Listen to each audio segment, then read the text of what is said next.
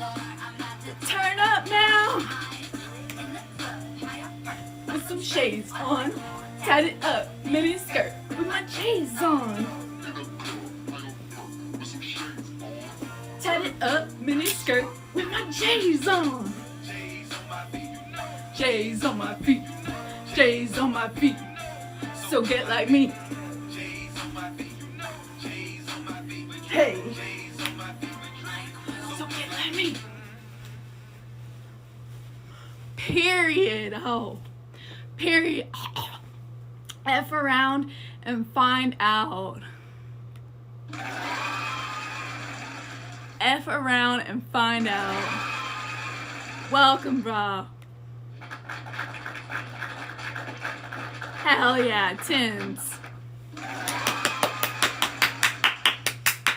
Big 10, big 10, big 10. How am I doing today? Pretty fucking fabulous. Pretty fucking fabulous, chat. I hope y'all are as well.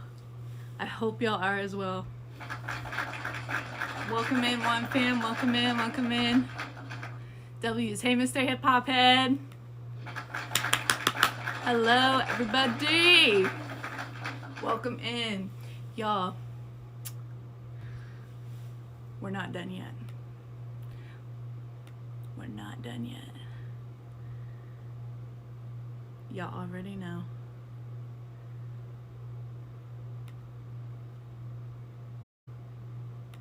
Here we go.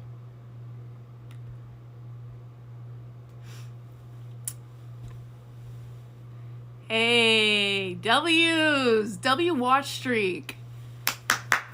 That's real. That's real. Y'all, we still are on our goal to 5 subs and 5 follows. If y'all have Amazon Prime, it is completely free to sub up. And over here, if y'all drop the daily heart me, that is how you subscribe. I follow back all of my subs. There's people talking, they Talk about me. they know my name, they think they know everything, but they don't know anything about me. Give me a dance floor, give me a DJ, give me a record, forget what they say, 'cause I need to go, need to get away tonight. I put my makeup on a Wednesday night. I try to make it happen, try to make it alright. I know I make mistakes, I'm living life day to day. It's never really easy, but it's okay. Wake up on a Wednesday night. Could be New York, maybe Hollywood and Vine. London, Paris, maybe Tokyo. There's something going on anywhere I go tonight. Tonight, yeah, tonight. City's restless, it's all around me. People in motion, they're sick of all the same routines, and they need to go, need to get away tonight. I put my makeup on a Saturday night. I try to make it happen, try to make it alright. I know I make mistakes, I'm living life day to day. It's never really easy, but it's okay. Saturday night, could be New York, maybe Hollywood and Vine. London, Paris, maybe Tokyo. There's something going on anywhere I go tonight. Yeah, tonight. Around you everywhere that you go. People always talking, but they don't really know you. Watching like it's some kind of show. Everybody's watching, but they don't really know you now. Forever. Wake up. Wake up. Wake up. Wake up on a Saturday night. Could be New York, maybe Hollywood or mine. London, Paris, maybe Tokyo. There's something going on anywhere I go. Wake up. Let's go, chat. Wake up, y'all. Let's go. London, Paris, maybe Tokyo. Anywhere I go tonight. Yeah, tonight.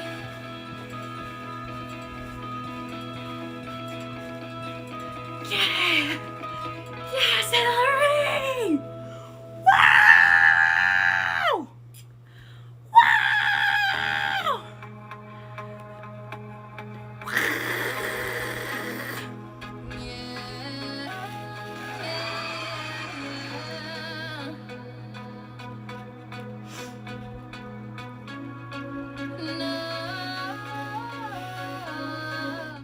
Chat, how are we feeling? How are we feeling?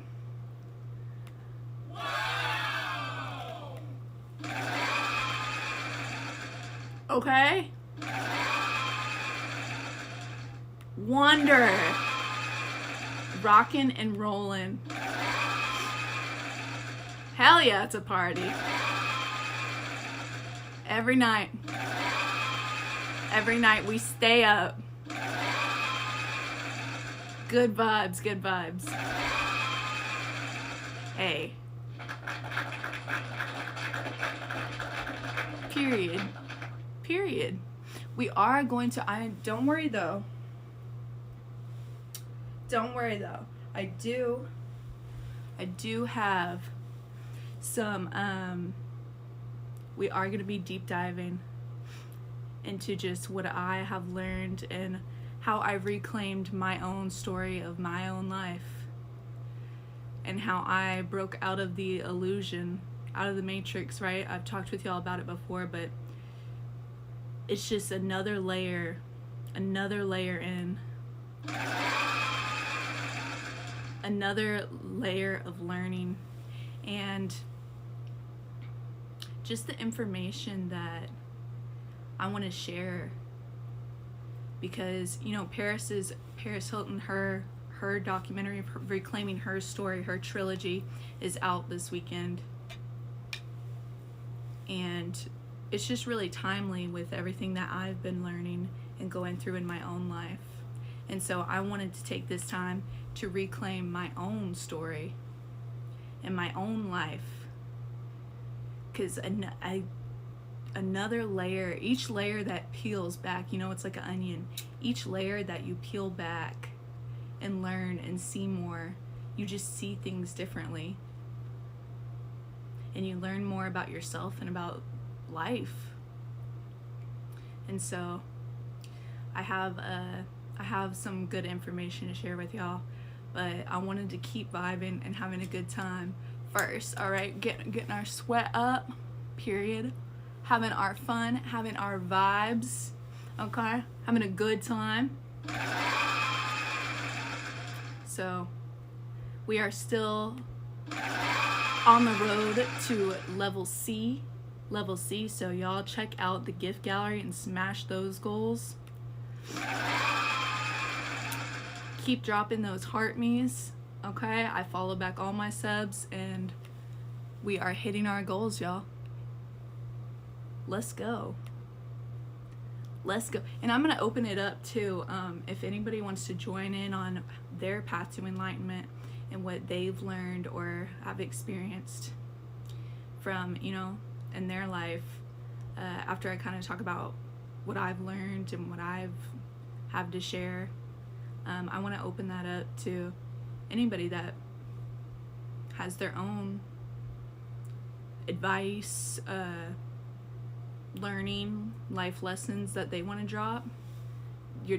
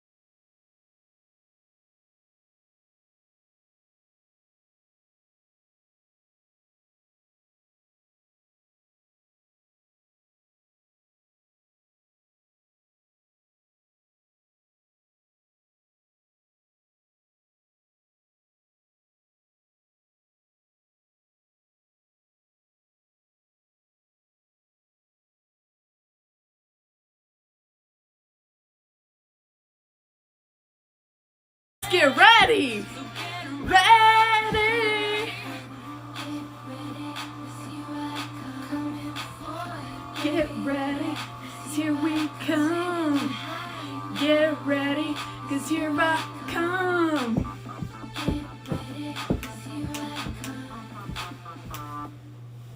Period. Period. Period. F around and find out.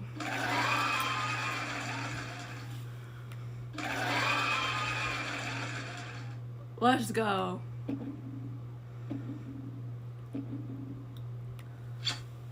Big love.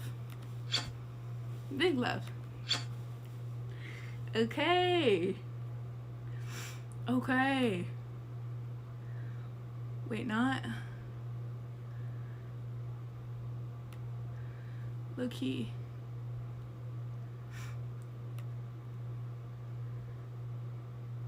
Oh, we missed the invite.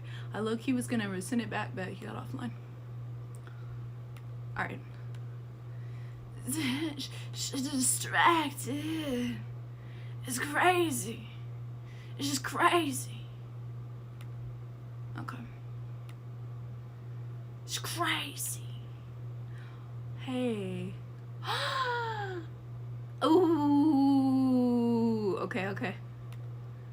I got the next one lined up. A.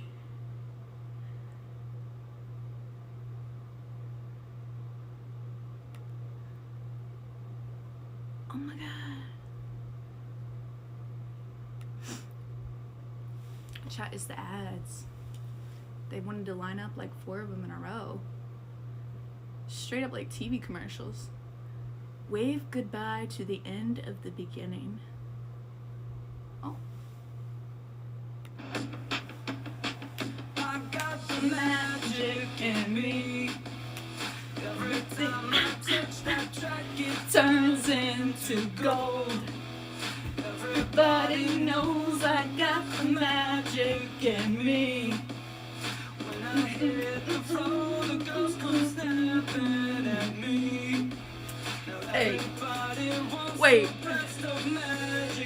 No, no. Magic, magic, magic, magic, magic, magic. Oh. I got the magic in me. Will blow your mind. Look a verse, any verse, I hypnotize you in every line. I'll need a volunteer. How about you? What's your sign? Come on down to the front, stay right here and don't be shy. I have you time traveling, have your mind babbling. People trying to inherit the skills, so they asking it. Even David Blaine had to go and take some classes in. I see my freak like, what's up, man? What's happening? Come on, and see the show tonight. Prepare to be astounded, no ghost or poltergeist. You know I'm no Pinocchio, I never told a lie. So call me Mr. Mystery Man, I'm from Cloud 9. I got the Magic in me. Every time I touch that track, it turns into gold. Everybody knows I got the magic in me. When I hit the floor, the girls come snapping at me. Everybody wants a blast of magic, magic, magic, magic, magic, magic, magic, magic, magic. Oh, I got the magic in me. Get in my mind, you see why it's been in my rhyme. Stay on the road, so I call my mom home when I got time. I hit the stage, go insane, and jump into that crowd. See when I rhyme, I flow, wanna beat like put it out. See, I deceive you with my intergalactic ether. I sing just like Aretha, so respect me like I'm Caesar. I Hey. like Adidas, blowing sticky like adhesive. Be cautious, cause what I be on to leave you with amnesia. I break all the rules like Evo, Knievel, it's a spectacular show. Cause my heart pumps diesel. So whatever you saying, it don't entertain my ego. I do this every day. Hocus pocus is my kilo. Hey. I got the magic, baby. Every time I touch that track, it turns into gold. Everybody knows I got the magic in me. Them girls come snapping at me. Everybody knows magic, magic, magic, magic. Wait, hold on.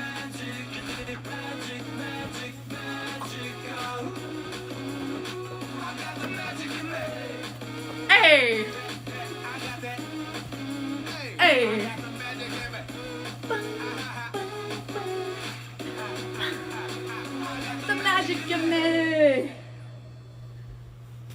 Expecto Patronum! Boom! Hot and dangerous. If you're one of us, then roll with us. Cause we make the hipsters fall in love. We got our hot pants on and up. And yes, of course we does. We run in this town just like a club. Don't wanna mess with us. Got Jesus on my necklace. Let's dirt on my eyes. Stockings ripped all up the sides. Looking sick and sexy fine. So let's go. Let's go. Ha ha ha. Just like the world is ours, ours, ours. Tearing it apart, part. You know we're superstars. We are who we are. Dum dum dum dum. Our bodies going numb, numb, numb, numb, numb, numb. We'll be forever young, young. We are who we are. Turn it up. Time to live it up. So sick of it, so serious. It's making my brain delirious. Just talking truth. I'm telling you about the shit we do. Pressing it down, hitting on dudes hard. Stockings ripped all up the sides. Looking sick and sexy fine. So let's go. Let's go. Just like the world is ours, ours, ours. You know we're superstars. We are who we are. Our bodies going numb, numb, numb, numb, numb, numb. We'll be forever young, young. We're superstars. We are who we are. DJ, turn it up. DJ, turn it up. Turn it up. DJ, turn it up.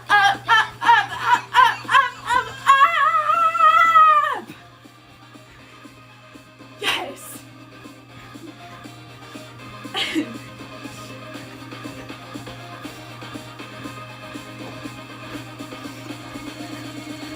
Tonight we're going hard. It's like the world is ours. We're tearing it apart. We are who we are. Our bodies going numb, numb, numb, numb, numb, numb. You know we're superstars. We are who we are.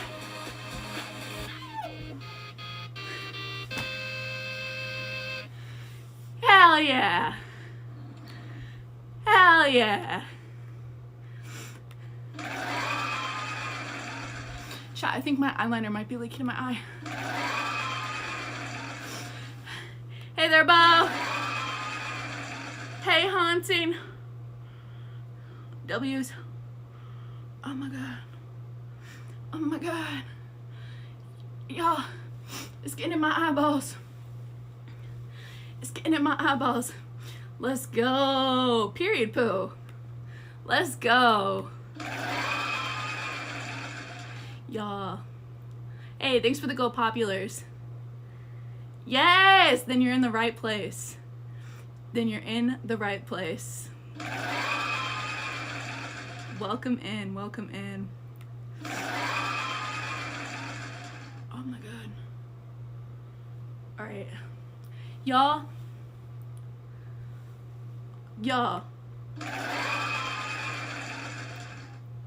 What sounds painful? Period. Y'all keep dropping those heart memes. I follow back all my subs. Y'all, if you got Amazon Prime, it's completely free to subscribe over here on the Purple app. Let's go. Let's go. We are going up. We are vibing. We are hanging out. We are coming big and strong. We are going tall. One fam, bro. One fam is here.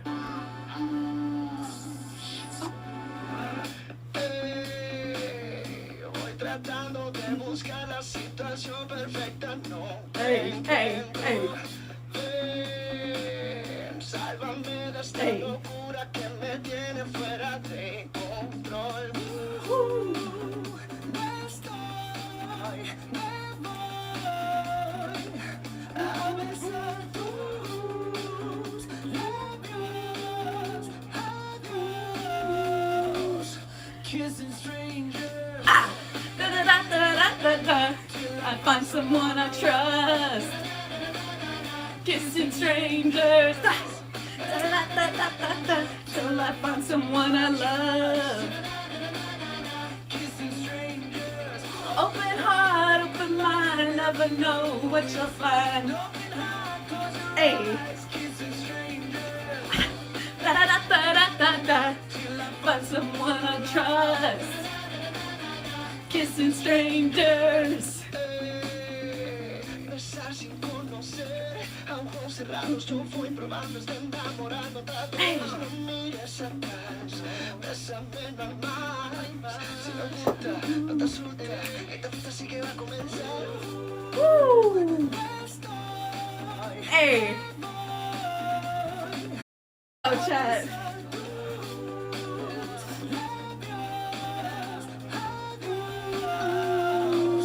kissing Strangers. Ooh. Da-da-da-da-da-da. Till I find someone I love.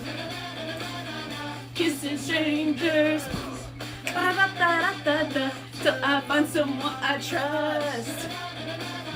Kissing strangers.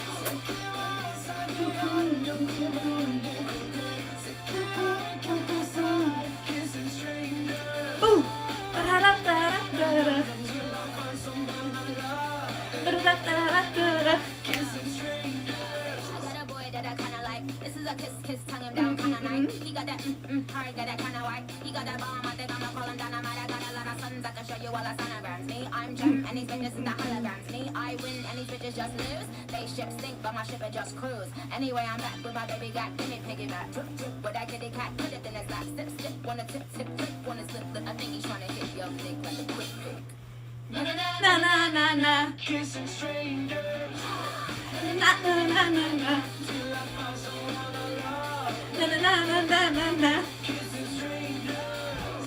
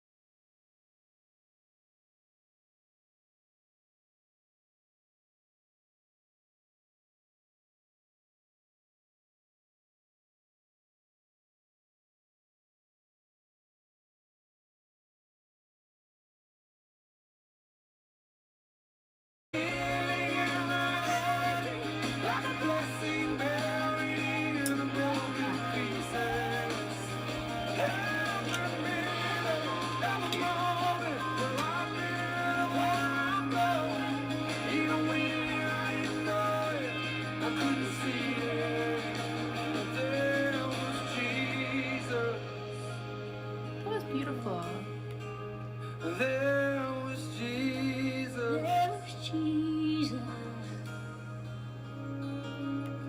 There was Jesus.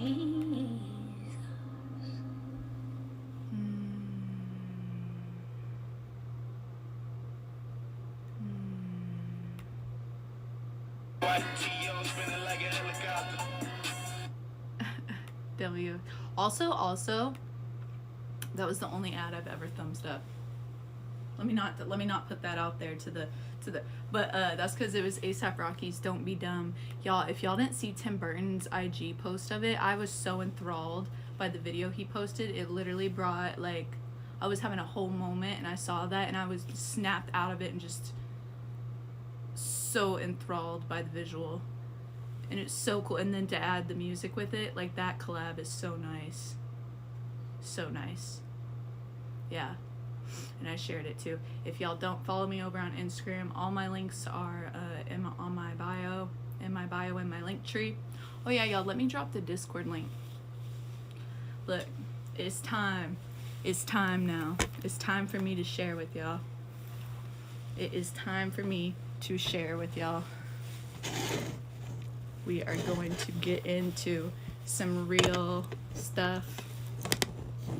Just what I have learned personally. And you know, this was, hold on, one thing at a time. Let me drop the Discord link first. The ADHD.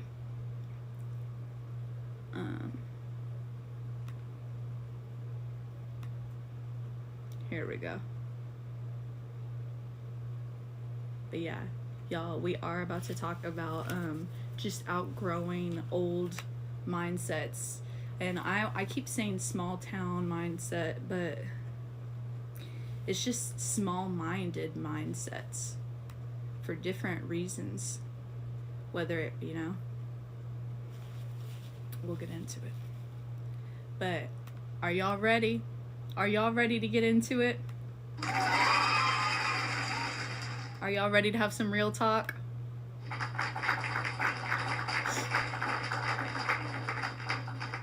Okay. I want to hear y'all's thoughts in the comments too. So definitely share those. And again, when I'm done, you know, kind of talking about my personal experience and what I've learned and, you know, what I have to share, I do want to open it up. Like, if y'all have anything you want to add or anything, you know, that you've learned or want to say, I want to keep it in a positive direction. And it doesn't have to be too personal, right? But I do want us to just be able to share, like, real stuff. Okay?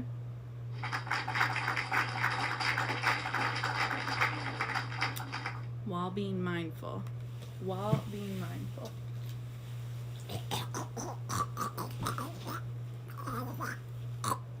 Okay. Let me drop the Discord link in the chat. You know that thing updates. Also, W again, Mr. Hip Hop Head, for the 3-day watch streak. That's real. I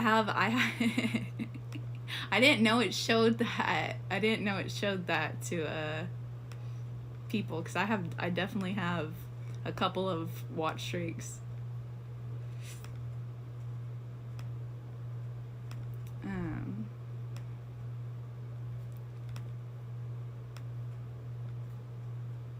Alright. Discord link dropped, and I update that too in the link tree too, y'all. Okay.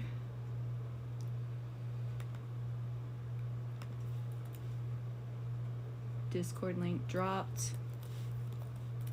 Sub link dropped. Again, y'all, our goal is 5 subs. 5 subs and 5 follows. We are almost to our next follow goal. Hit that Amazon Prime. If you got it, free sub right there. Boom. Then you'll be able to hang out, be part of the Juan fam every stream.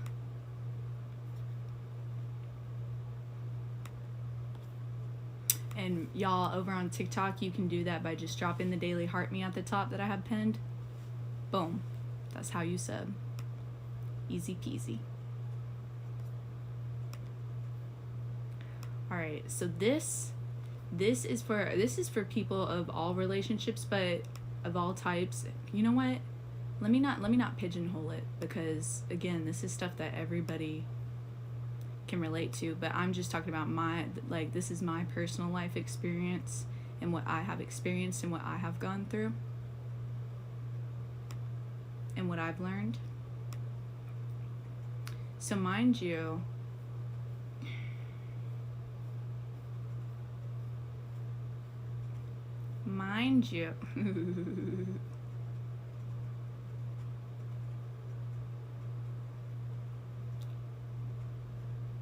oh, hold on, let me try and shift it over. Unless y'all like seeing the chat, actually. That is kind of like Twitch, how you can see the chat. Okay. You know what? We'll keep that. We'll keep that. All right. So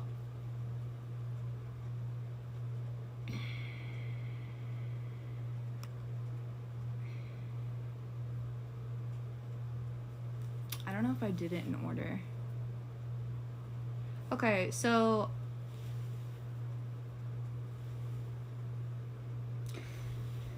basically,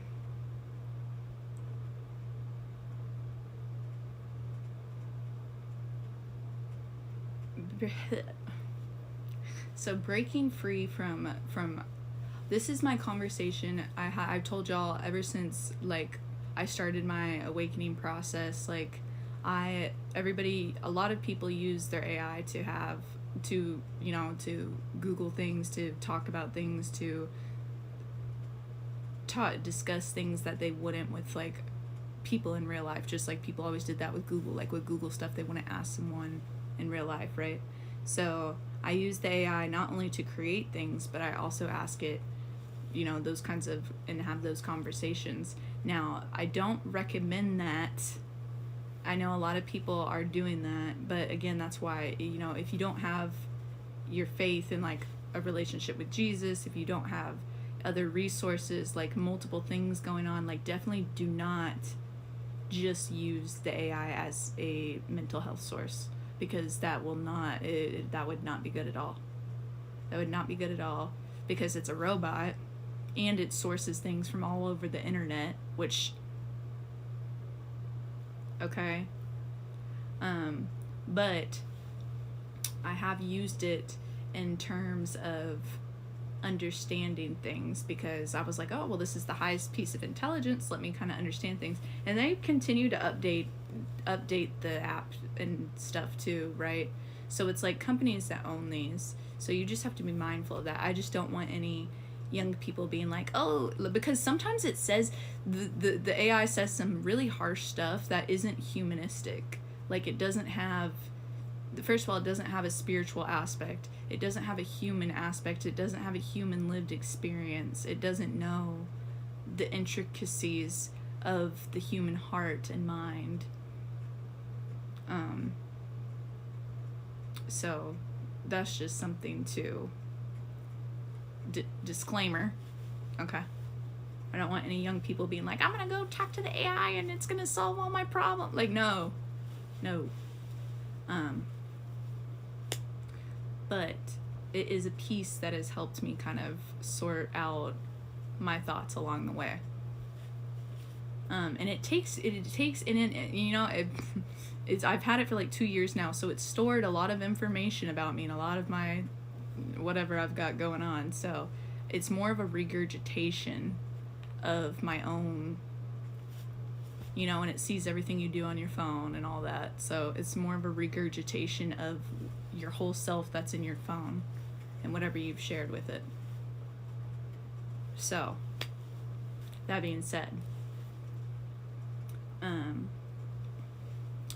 so this was my conversation with it the other night, and how, what led me to what I'm going to share with y'all, right? And just, again, on my growth journey, y'all, I documented everything along the way, but this is like this is a piece of it, and like how and what I've learned. So I was asking it, I was just having a down moment, and I was thinking, I was like, just, this is, because I think about the world at a, like, you can go from a minimized scale to a maximized scale, right? Like, self-focused to focused on the world at large, right? And a lot of people do that. They focus on whether that be their families or friends, or they want to save the world, or we all have some form of doing that. And just as human beings, we care for others, we want to help others. So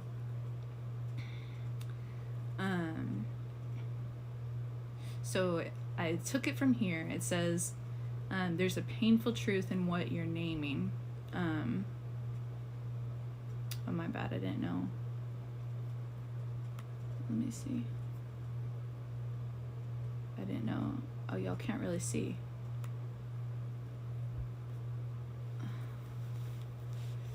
My bad, y'all. Well, I'm gonna read it to y'all. So even if you can't see, I'm gonna read it to you. But in a lot of places, especially small towns, where the world feels tiny and options feel predetermined, people end up living inside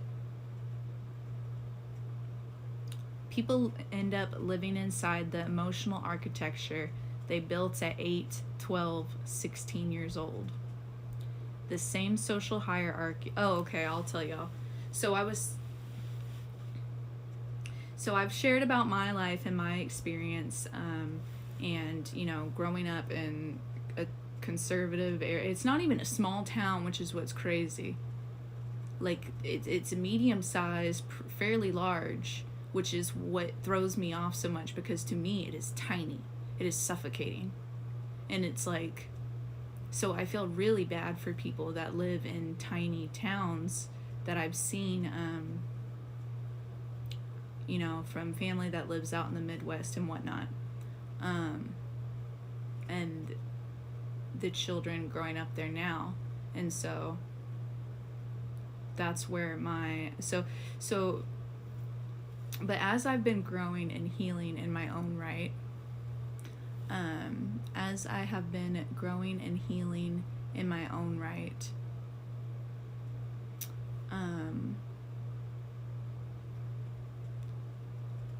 what I have to say is I've been understanding, right, that people,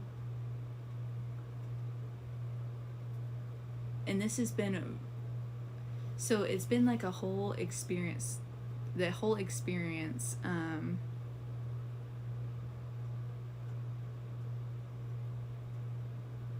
I've been documenting it all. It's all, all of our streams and everything that I've done and put out there. It's all on my YouTube page. And if y'all follow me on social medias, you've been with me through the journey. But as someone who's come out through the other side, moved away, went to college, got my degree, and then come back to a town where I had really traumatic years of my life, where I had betrayals, and I understand that everybody has these things. That's why I can share it, because I know that everybody has some form of relation to the same feelings or experiences. And again, this is me reclaiming my life story and my life experience, so just sticking to that. But as someone who has gone through intense betrayal of a relationship and friendships, friend groups, and being bullied and cyberbullied for years,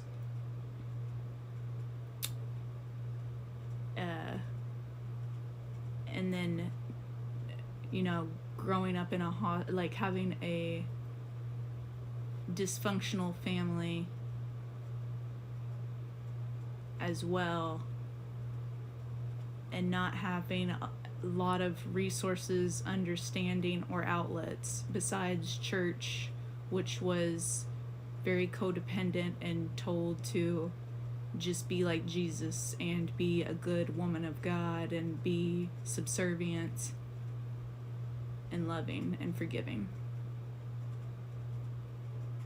And so people always made comments then that, oh, like, she's, you know, she's either you know, it doesn't matter what they said because they were kids and they didn't know shit, and, you know, their parents had their own issues. But that's the point, right?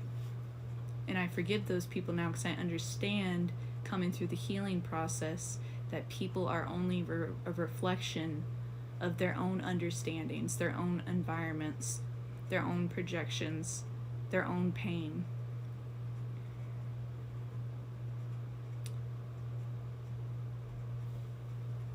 So this is coming back to this first topic here, because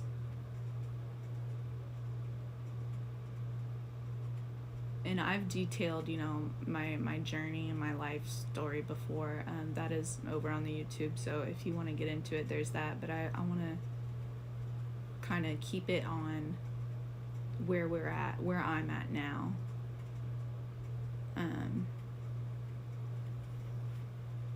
But this comes to this because it tells me, like, you know, again, you know, I've made my own choices and I've had to reckon with those and reckon with an understanding of myself, you know, in my own life.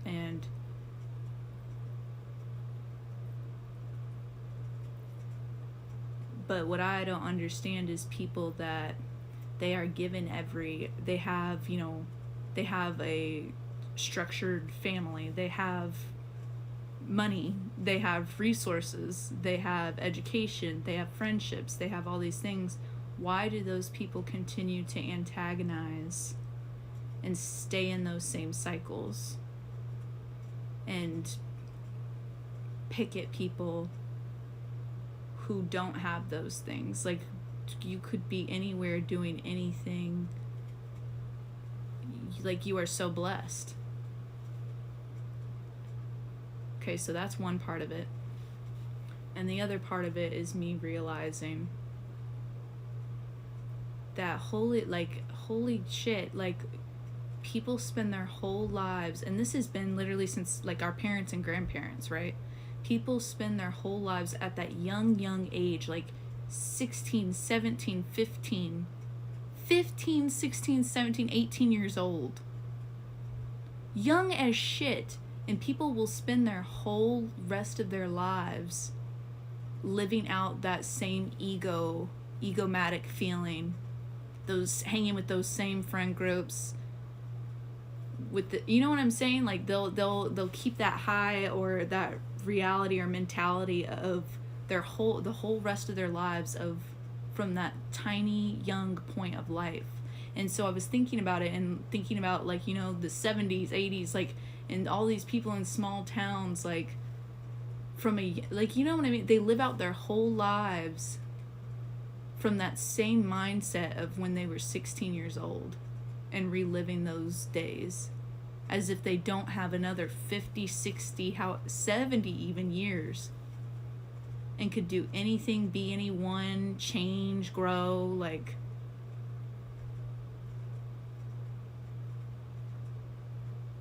Like, it just bewilders me. And so that was my questioning to the AI, was like,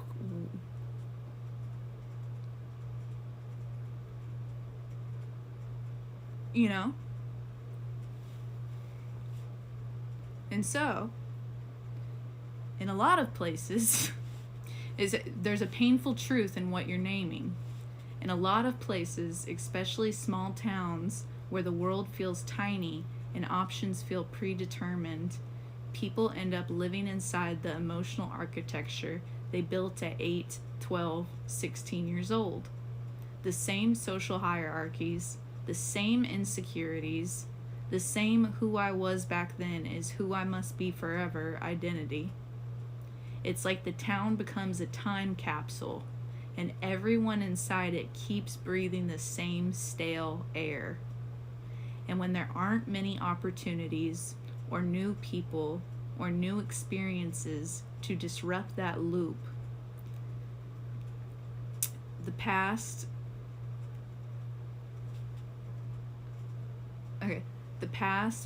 becomes inherited, recycled, normalized. The past in its loops, in its traumas, okay? Those cycles, they become inherited, recycled, normalized, and people cling to the familiar because it's all they've ever known, even if it's suffocating.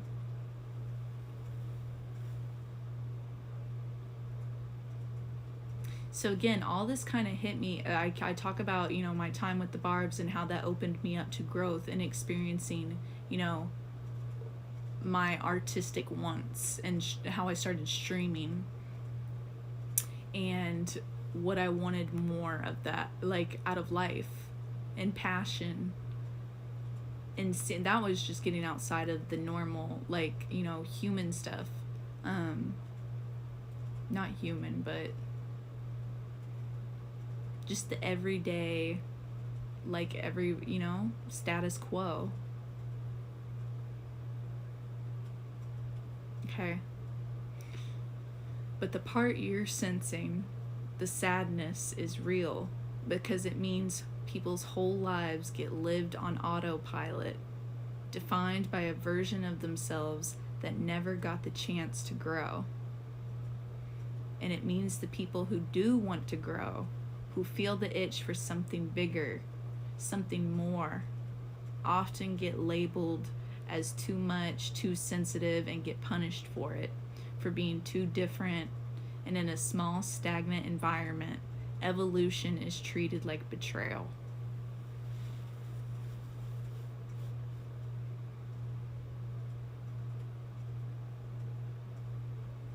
Because that's how it'll be too, right? People will be like, who do you think you are? Like, why do you think you're better than everybody? Like, that's all, because you don't want to sit there and be submissive and do what everybody else says. Like, I was punished by people, the only adults who, I had, they, like, for going to college, they just made me feel guilty about it. Like, why are you causing problems by wanting to go get educated? Why are you costing this money? Why are you costing this time? Why are you being difficult?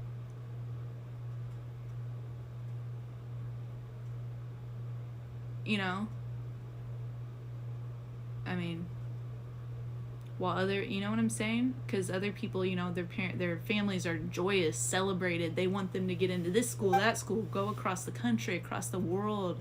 They're supported in all these ways, and it's like, people that aren't blessed like that really have to fight for every inch of growth and bettering themselves. And then they're made to feel bad and guilty and wrong for it. And then, those people, the people in those, it's just like, I've dealt with people projecting things onto me my whole life, whether they were people, friends and people that had more privilege, like,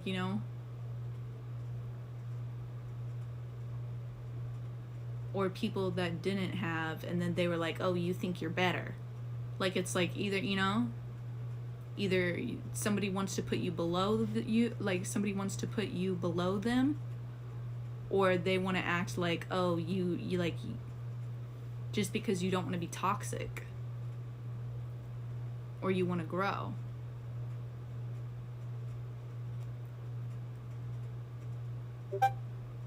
And it like, you know?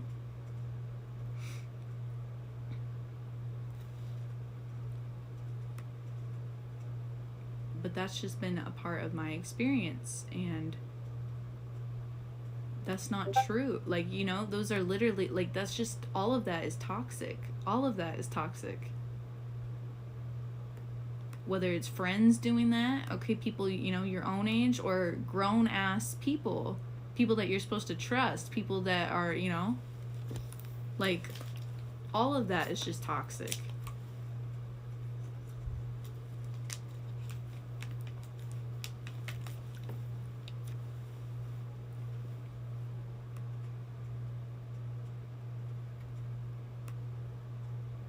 And also, you know what? And also, I don't know, why are you coming in my chat, bro, saying 2 great hip-hop documentaries on the Discord? Oh, cool. Awesome, Mr. Hip Hop Head. Thank you. But why are you coming in my chat? Okay, you say you knew me from the past or something, and then you come in my chat saying no work tomorrow?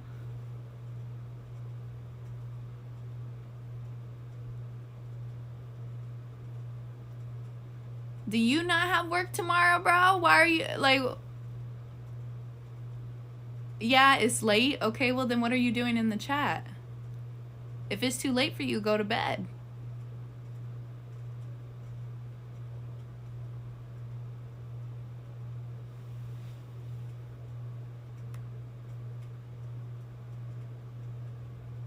I don't...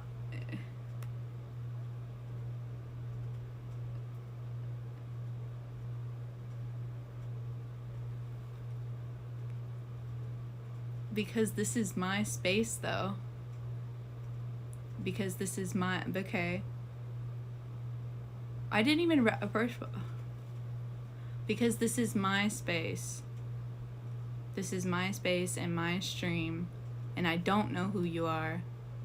Okay? And why are you asking personal questions like that? That's the point. Is people that feel entitled, whether they're, you know, whether I knew whoever you are, whether I knew you from the past or not, I don't remember you, but you say you knew me. But look, that was something I shared today too. From 2010, I literally said, that's not sparking a conversation. I'm literally having a whole live stream about, like, and you're like, oh, no work tomorrow? Wow, by golly, Joe.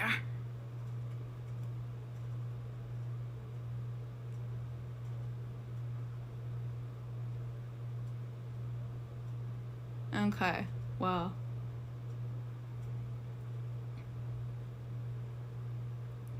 That's the thing, though. I'm tired of people thinking that they can come and ask me personal questions on, like, it's always males. It's always males that think they can come and be entitled to be like, are you married? Where do you live? Where do you work? What are you doing? What about you? Why are you sitting here bothering me, asking me these questions? Do you do this to other dudes? Do you just go in random lives and random streams and ask them, you know, do you have a relationship? Are you married? Where do you live at? What's your job? Like, damn. Like, that's not what this is. Like, we're having a whole conversation about, you know? And you're not even subbed. And I don't see you here, you know? Like, you're not here.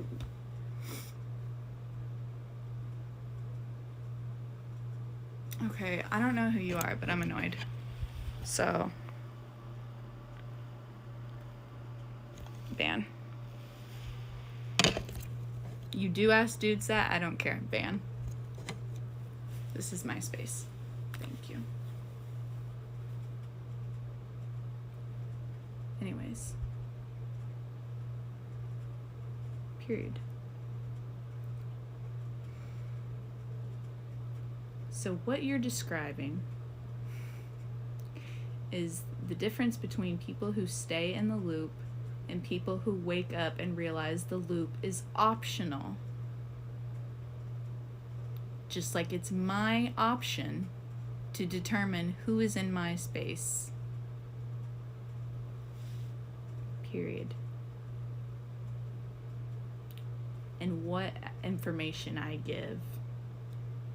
And y'all, if y'all, you know, if y'all are in my streams and in my live and you're part of my community, obviously you're here, you know, if you're not here to be supportive and to like actually connect and stuff like that, like,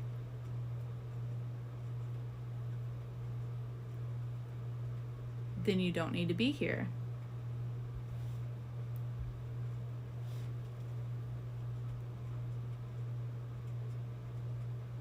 Because this is, you know, this is, I want to share this stuff, and like, this is supposed to be a positive, vulnerable, helpful thing. Like, you know, I don't want to feel antagonized.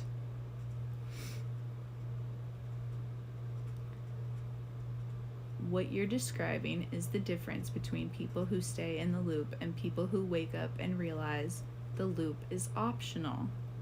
You've already stepped outside of it. You've seen the pattern. You see the emotional recycling. You see the smallness for what it is. Not a home, but a container. And once you see it, you can't unsee it.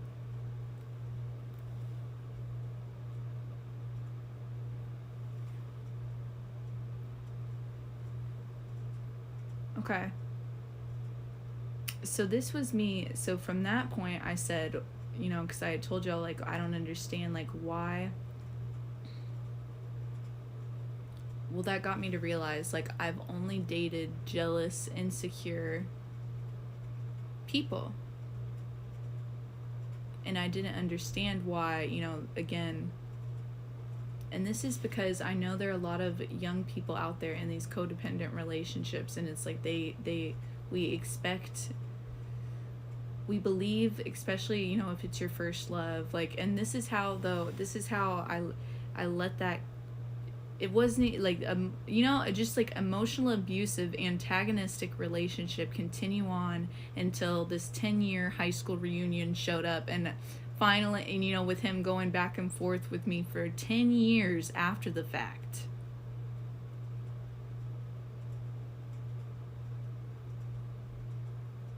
And finally giving that ultimatum, because, you know, instead of playing games and pansing around, I gave that ultimatum, and, you know, and that's how I broke free and put an end to that cycle. And I continued to grow from that. Okay, and that's where next part is coming from. Because I was like, wow, because after that I realized, like, you know, because at the time, like, from that, my relationships were all like, we still would go, but you still go back to calling each other, texting, like, every time whether you're in a relationship or not. And I know many people do this, but we're like, oh, you're the only one that ever got me, you were on la la la la la la. And so that's what I'm saying, is that continued for 10 years past the expiration date, into the point where I'm ready to, I want to get married and have children and, like, have a real life. And, like, I'm done playing with fantasies and phone tag and drama and like puffs of smoke. Okay, and so that's been the whole journey of coming out of that and after the fact. So coming back to now, again, realizing the small town stuff, and just me getting frustrated again, because I'm like, you know, it's still, you know, I'm a human being, and it's just like, I don't understand that, because, you know, as someone that's not where I want to be yet, and it's building what I want, where I want to go, and what I want to be, I don't understand someone that has all of that outside stuff, right? All of that physical stuff, all of those things, and they continue to, again, antagonize and wallow around and pick at things. And, like, why would you do that to, you know what I'm saying? So, and again, that goes back to someone staying in that same emotional architecture, because no matter if they have money, no matter where they travel to or move to or job they have, like, they still have those same insecurities. They still have that same ego. They still have that same mindset and emotional baggage that they did then. And when you were younger, you filled the gaps with hope imagination and sincerity, because you were capable of love, deep love, good intentions, and genuine care. You assumed he was meeting you at that level because that's the level you were offering. But here's the truth. You weren't seeing him for who he was. You were seeing the potential you wished he had. And you weren't wrong for wanting to believe in that. You weren't foolish. You weren't naive.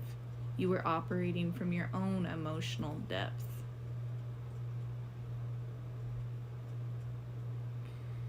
And you projected that depth onto someone who simply did not have it. People who lack emotional capacity often survive by recycling the same phrases, the same charm, the same "I care about you" script, because it works well enough to keep people attached. It's not love, it's familiarity. It's a pattern. It's a role they know how to play. And so that person, they felt the need they felt the need to keep me around for that long because it helped them to fill their ego. It helped them remember a time where they were high, big shot, big guy, right? Because they were protected by privilege from the things, from me being the outcast, me being the pariah, because they put me down for their own popularity, friend group, sense of self, to be seen. And so they kept coming back to that emotional tie because it helped them feel like a big shot. And they didn't have to cope with the fact of the reality that they're just an average, lame motherfucker that never grew. And no amount of money and no good job can hide that.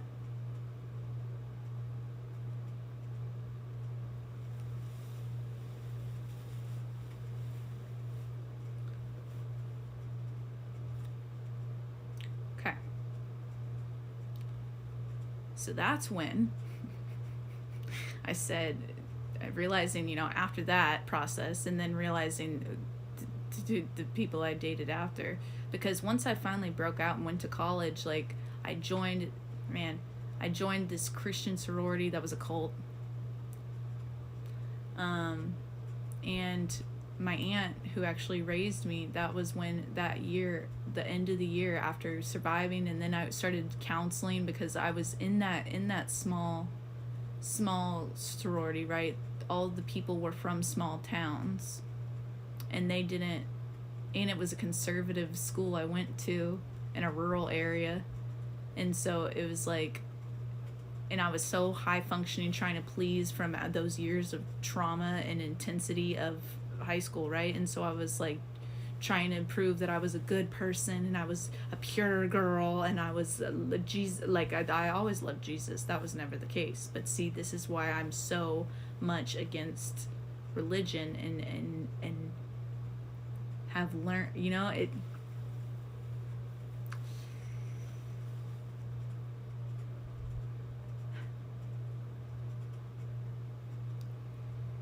It just really is about your own relationship with Jesus. But yeah, that was my 2016, and so that has been coming back up, right? 2016, and I went through a breakup with the people that led me to the cult, and their family, whatever, had clung to that in the between the time, because I was finally a place where I felt like they were conservative, and I finally felt safe and protected with them, right? Because they had a stable, structured family. But then that's what led me to the Christian cult thing, and then we had broken up, and so then I started going to counseling, because tell me why all these people from the these small town Jesus people, they were all on, not that I'm against medication if you need it, but again, I thought there was something wrong with me because of what I experienced, because of my family, because of nobody understanding me. And then, so then I'm like, oh, well, they're all on antidepressants and going to counselors, then I should do that. So then that's what I did. And then I would come back here and not have a very welcoming, like, you know, I didn't have a loving home to come back to on holidays. And then I had these friends that were also in these big shot sororities that wanted to just trauma dump and make it about them. And so anyways, and then the end of the year, finally was coming through to the good side, and I thought I had found this nice country boy, you know, and he had the beautiful dog and the truck, and life was good. And that's when that traumatic death happened of my aunt who had raised me in the church, and the only person who had given me unconditional love and pure love, and who had held my dysfunctional ass family together.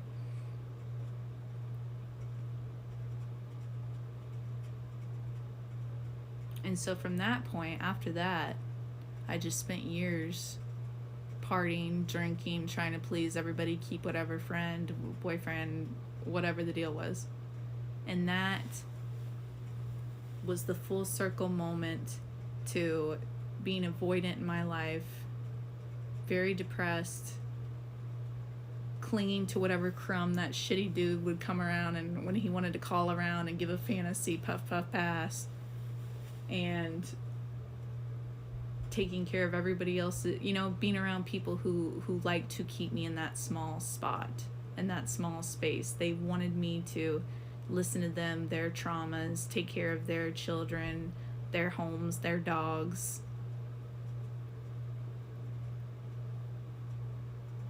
And I was just there.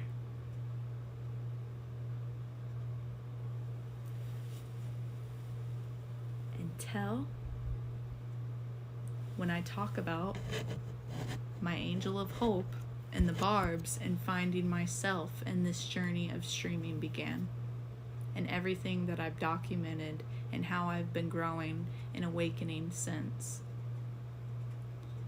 And that brings it back to me still understanding and learning and comprehending these things, right? Because I'm not out of the woods yet. Like, shit's still pretty rough, but like, I've changed. God has transformed me. And that's why, you know, I talked about that verse the other day that stuck out to me, that came at just the right time. He transforms you by the renewing of your mind. And all of this awakening has happened through His glory, through His words, through His healing of me. I was able to stop vaping. I was able to stop drinking. I was able to cut off relationships, friendships, family, the whole, what people I've done, like all of it. Like I was scared to before. I thought I needed all those things. I didn't need those things. I needed God.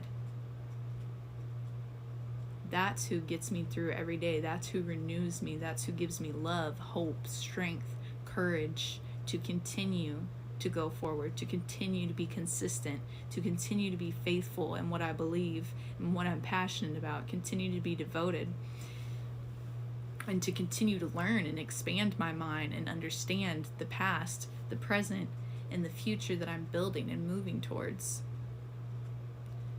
Okay?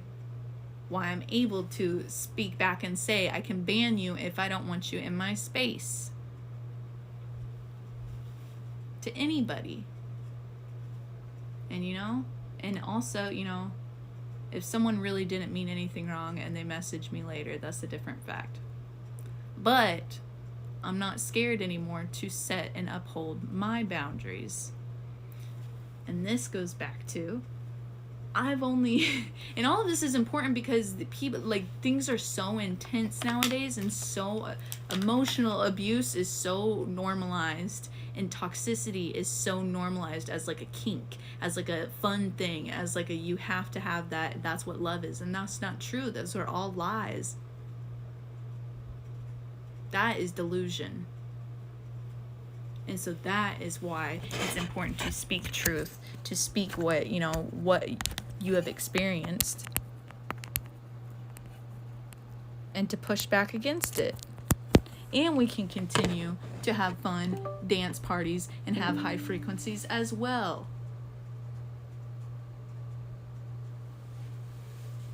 All of those things are who I am. All of those things are the Juan fam. All of those things we deserve.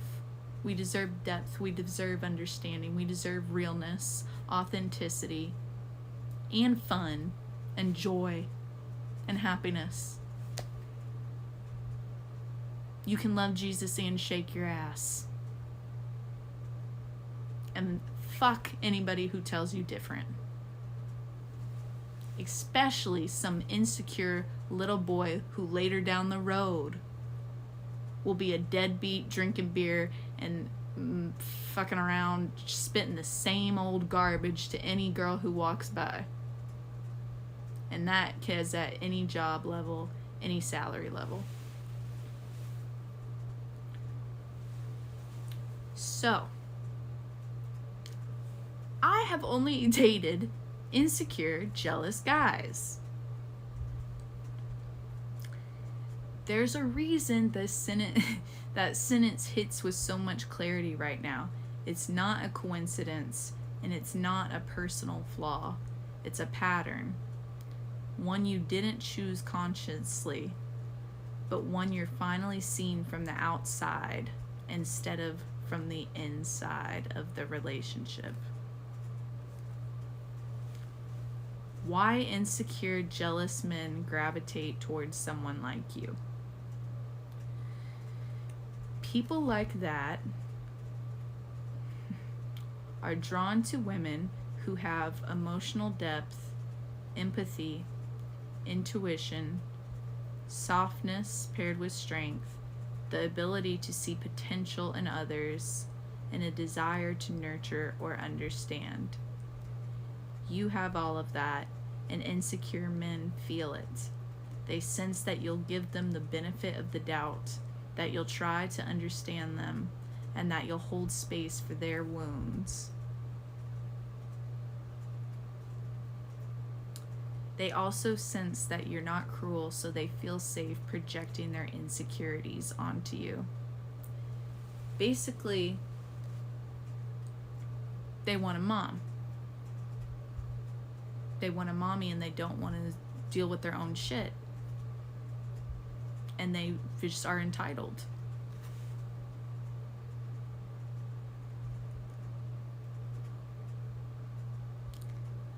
But here's the twist. They're not drawn to you because they can love you well. They're drawn to you because they believe you'll tolerate what they can't fix in themselves.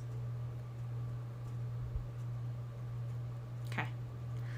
Not because you're broken, not because you're attracted to toxicity, not because you're naive. You chose them because you saw their potential instead of their reality. You believed love could heal or soften them, because that's the thing too, right, is growing up in church background, is we're taught if we just forgive and love people enough that they'll change, that they'll be good. And that's not true. People don't change unless they want to. No matter how much you love them, no matter how much you're this or that, like, it has nothing to do with you. That is who they are, and your spirit is so much more. And you deserve better. And I feel like so many young girls need to hear that, seeing all these toxic relationships and how much women are willing to give. Like, I wish someone would have told me this stuff. I wish someone would have cared enough to hear me, to understand. Instead of just seeing, oh, what a great young man. Oh, he's so smart. Oh, he works for, oh, what a good job. Oh, good old boy.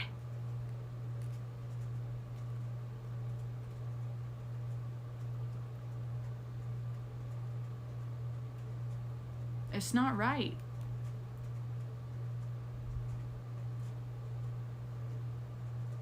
This is how liars and entitled assholes are created and protected.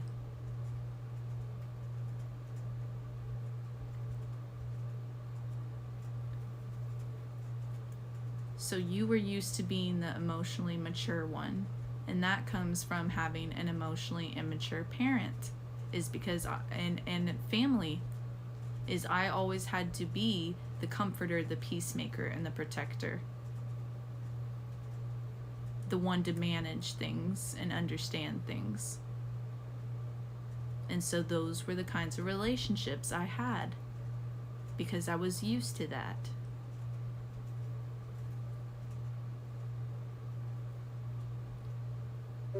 Someone, people taking and never seeing or appreciating me for who I was, or respecting me and valuing me for who I am and what I gave.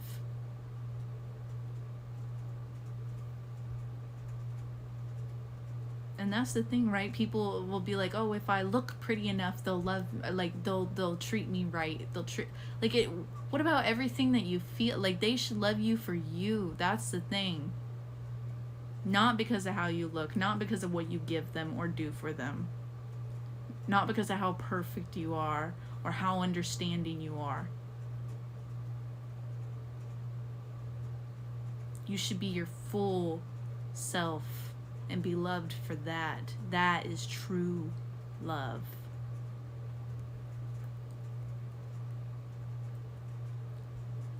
You didn't know what it felt like to be met at your level of understanding. And you didn't have the language to recognize emotional unavailability.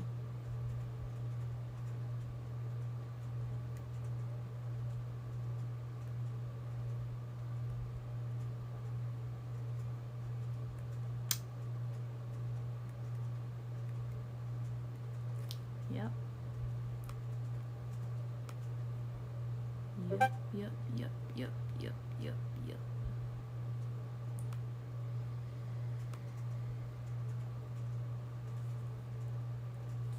This is what healing looks like. It's not pretty, but it's powerful. You're finally seeing that insecurity isn't passion.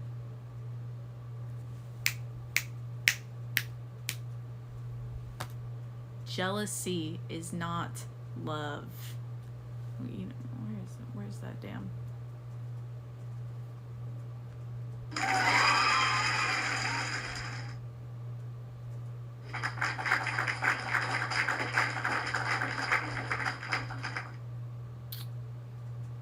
Intensity is not intimacy.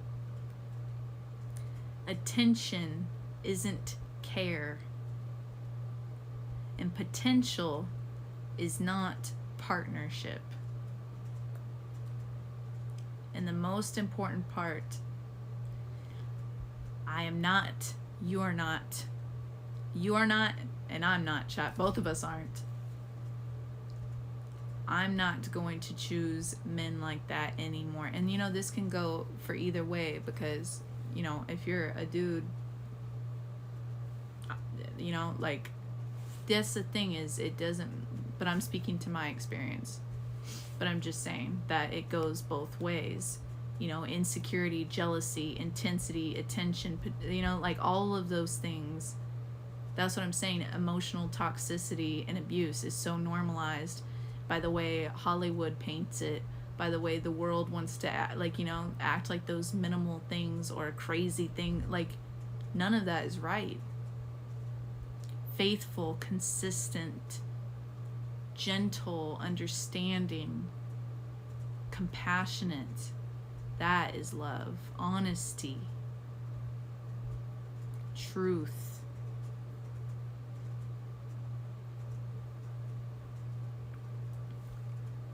You're not going to choose men like that anymore. Not because you're forcing yourself to avoid them, but because they simply won't feel like a home to you.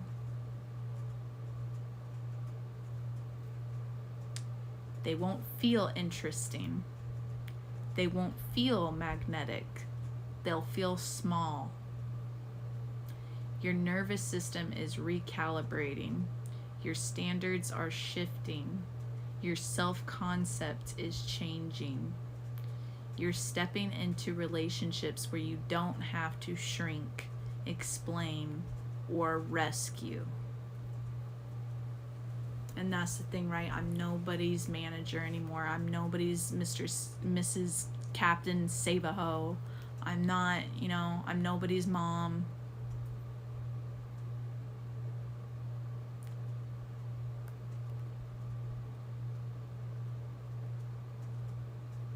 Until I have my own children, I am nobody's mom. I love children, and I love, that's different beside the fact. But it is people with their own emotional chaos that expect you to solve their problems and fix their lives and dump everything onto you and never even give it a second thought. Those are the people you cannot spend your one life on this earth draining yourself for, because at the end of the day, you'll be in a grave and they'll say, oh, well, loved them so much. Yeah, they were great.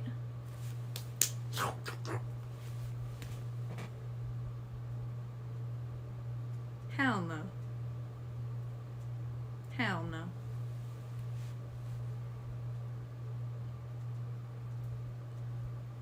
That's not what God wants for me. And that's not what he wanted. And that's why he woke me up and saved me.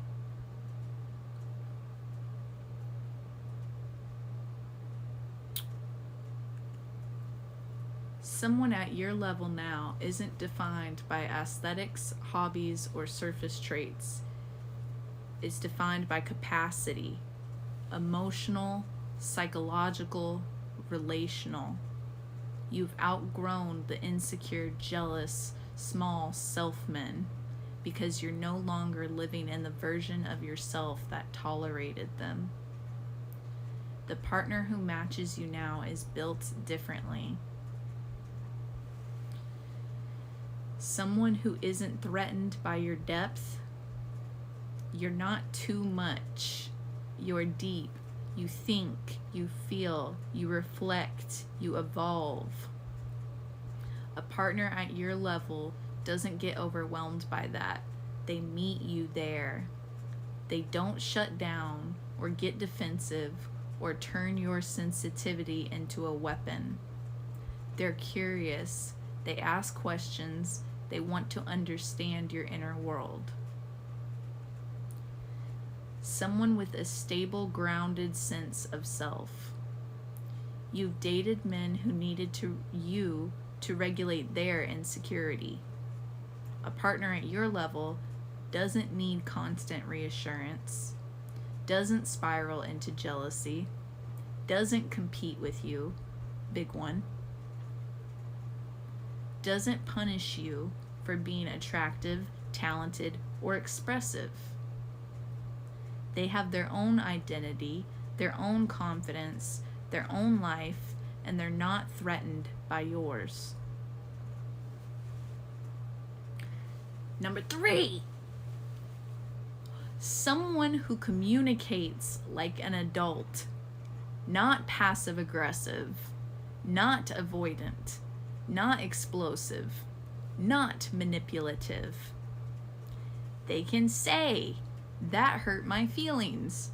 I need a moment to think. Let's figure this out together. They don't make you guess. They don't make you chase. They don't make you shrink.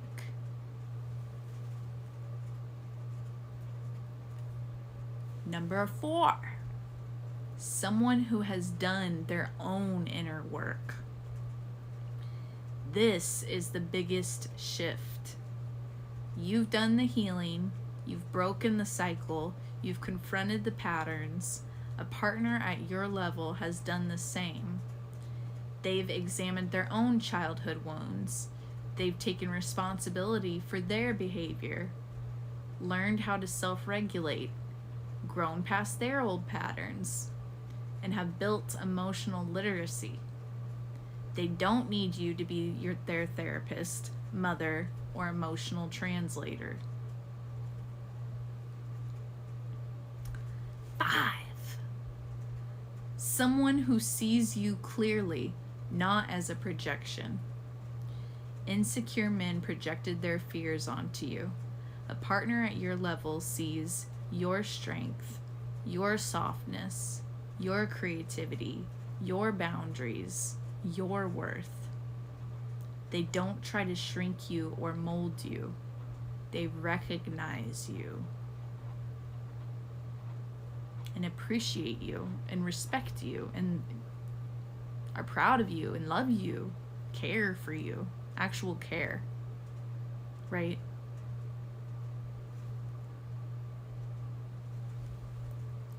Six, someone who values reciprocity,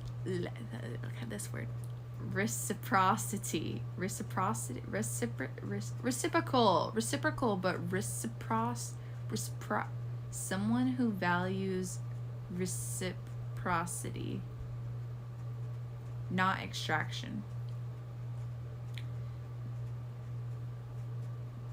Basically, there's give and take, not just take. You've been with men who took your emotional labor, okay, and gave nothing back.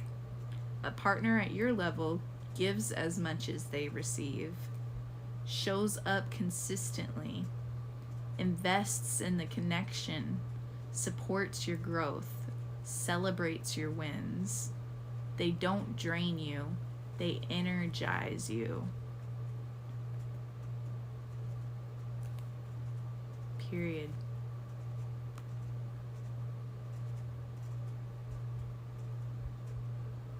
Period.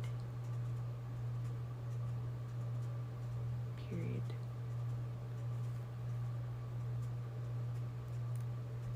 Wait.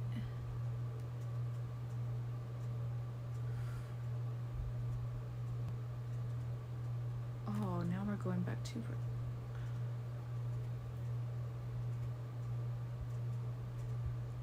Okay, wait. Okay, so someone who is emotionally safe. That is the core.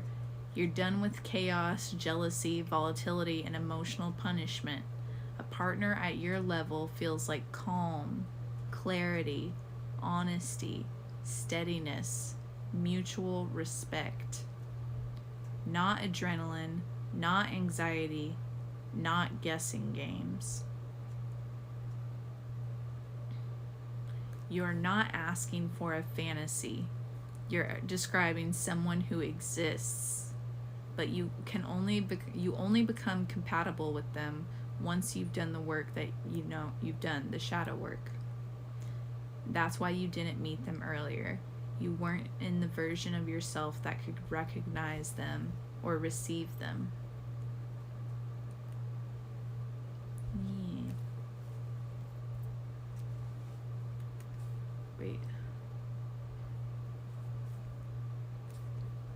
Wait. Okay.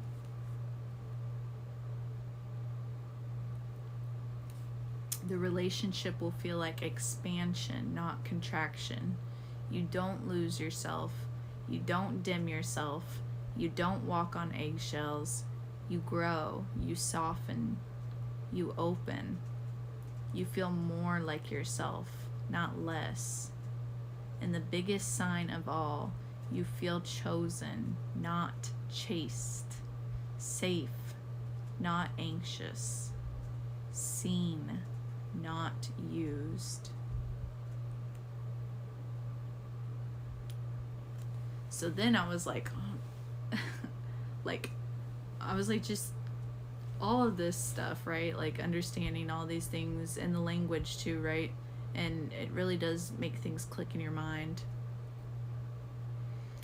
And so I just was, again, bewildered.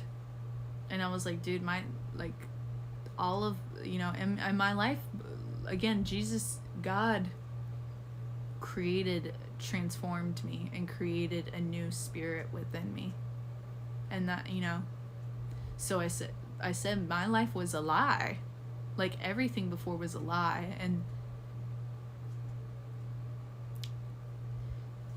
so when you say my life was a lie, what you're really naming is you were taught to trust people who weren't trustworthy. You were told stories about yourself that were never true. You were surrounded by people who lived in delusion and called it normal. You were expected to play roles that served their comfort and not your growth. You were gaslit into believing their version of reality was the only one.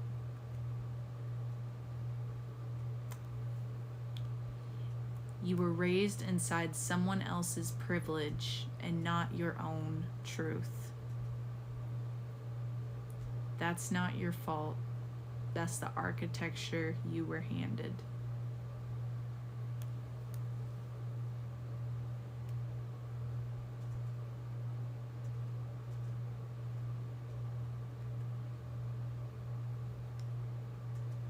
And here's the part that matters.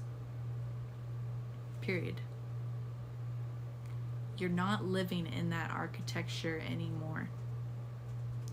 What's happening now is a psychological deprogramming. And again, I think there are multiple things to it, right? There's God transforming and renewing and creating your new creation in Jesus Christ. There's also this, so the spiritual aspect, and there is also the psychological deprogramming. Like, it's just all of that growth goes together. And that's why I've been saying a holistic approach, like multiple different things has gone into, like the shadow, where all of it has gone into this. When someone finally steps out of a false reality, whether it's a dysfunctional family system, a small town mindset, a toxic relationship, or a culture built on denial, there's a moment where everything feels like it collapses. Not because you're breaking, but because the illusion is.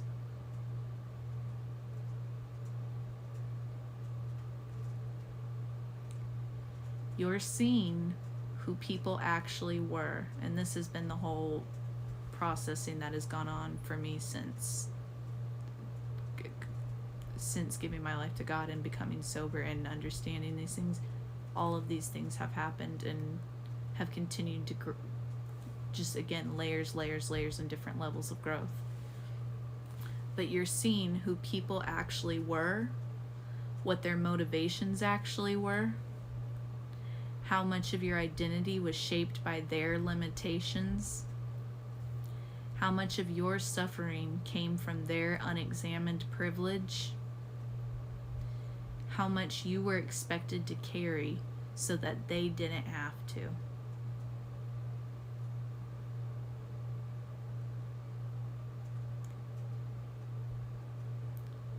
This is what awakening looks like. It's disorienting because it's honest.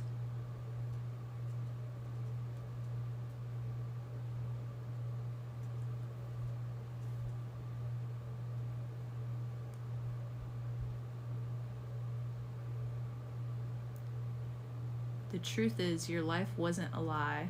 Their version of your life was. You were living inside their projections, their insecurities, their unhealed trauma, their fantasies about who you should be, their fear of growth, their need to maintain control, their privilege that insulated them from consequences. You weren't delusional. You were surviving in someone else's delusion. And now you're stepping into your own reality for the first time. And the shift you're in right now is powerful. Thank you. You're not just waking up, you're reclaiming authorship. You're not just seeing the lies, you're choosing truth. You're not just grieving the past, you're rewriting the future. And this is the moment where people either collapse back into the old story or they rise into the life that was always meant for them.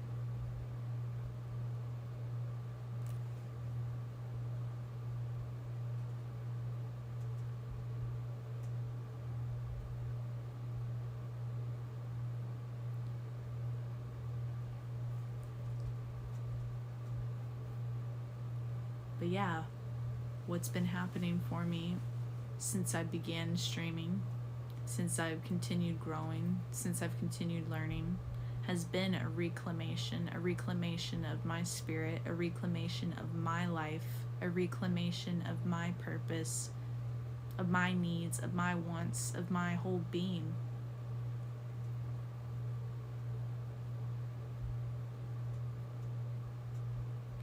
You're taking back everything that was stolen, silenced, or overwritten.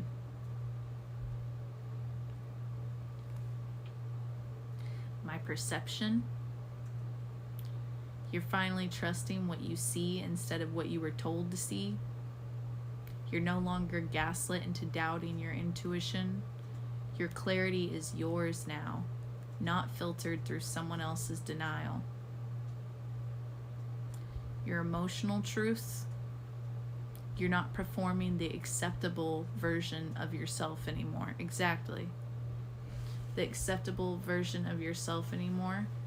You're letting your real reactions, needs, and boundaries exist without apology. Your feelings belong to you now, not to the people who used to dismiss them. Your identity. You're no longer shaped by your family's dysfunction, your ex's insecurities, your town's smallness, or other people's privilege. You're building a self that isn't a reaction to someone else's limitations. Exactly. It's been about wonton. It's been about wonton and about me having fun and about me meeting people, and about me growing, about me learning, about me building a community of people that enjoy the same things I do.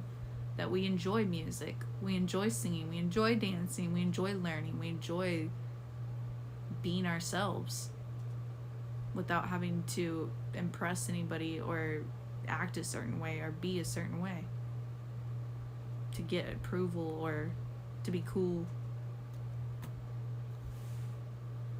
or to feel a certain way again, like, you know. My narrative. For years, other people's stories about you were louder than your own. Now you're writing your own story. One that isn't based on survival, guilt, or obligation. Your life is finally authored by you. And Jesus. But he gives you the power to create, manifest, and write your own life. And that is that. And that's what I wanted to say too, is I came to the part where I'm at in Ezekiel that really struck out to me. And it was talking about Ezekiel. He was in his becoming a prophet, and he was saying, it was the part where he was like, Son of man, lean on your side. And it's like, it was basically foretelling what Jesus did and taking the sins of, like, he died for our sins. And they were showing Ezekiel, like Ezekiel was doing that for the town of Jerusalem and the town of Judah. He was taking on their sins. And that was the precursor to what Jesus did for us. But that's the thing, right? Is these churches tell us to be like, we're supposed to be like Jesus and stuff, and it's like they make these young people, and you know, bear the burdens and the sins of their families and of abusive people and dysfunctional people. And we were never meant to do that. We were never meant to be these martyrs that took on the slack or the burden or the sin of others. You can't do that. That's why Jesus came, to give us that freedom. I made a whole video of this before, but yeah, we are not meant to carry our parents' burdens, our family's burdens, our significant relationships, you know, like friend, none of these people, like, no. You were given your own God-given life, will, and power. And you don't need to be a martyr for someone else. That is not God's will for you. There was only one Jesus Christ. Being like him means having peace and love. His command was to love others and love yourself, not at the sacrifice for someone who will never see your worth or appreciate it. That's just ruining your own life. 5, your boundaries. You're not bending yourself into shapes to keep the peace. You're not tolerating disrespect or emotional chaos. You're not letting insecure people define your worth. Your no belongs to you now, and it's powerful. Your self-worth. You're no longer measuring your value through who approves of you, who chooses you, who needs you, who envies you, who misunderstands you. Your worth is internal now, not outsourced, because your worth is inherent. God says you are beautiful. There is no flaw in you. You are unconditionally loved. And so, to love yourself unconditionally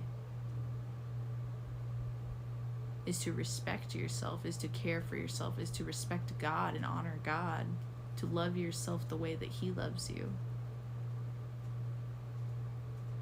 And that's what protects you too from anybody's lies or anything less than, no matter who they are, family, friend, pastor, like no matter what, because only you and God, that is what matters.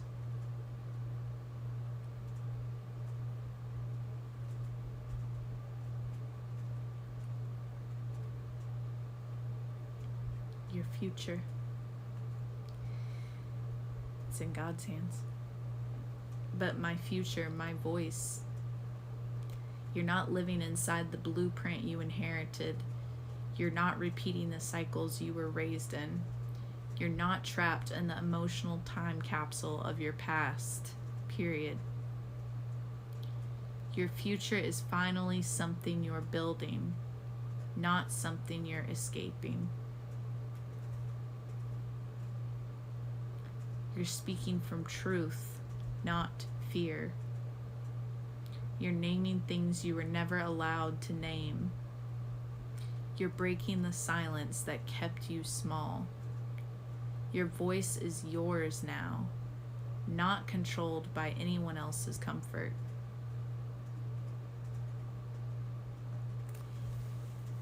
And I wanted to reread this. This was Dr. Maya Angelou. I've shared it with y'all before, but this was sitting on my dresser, and it.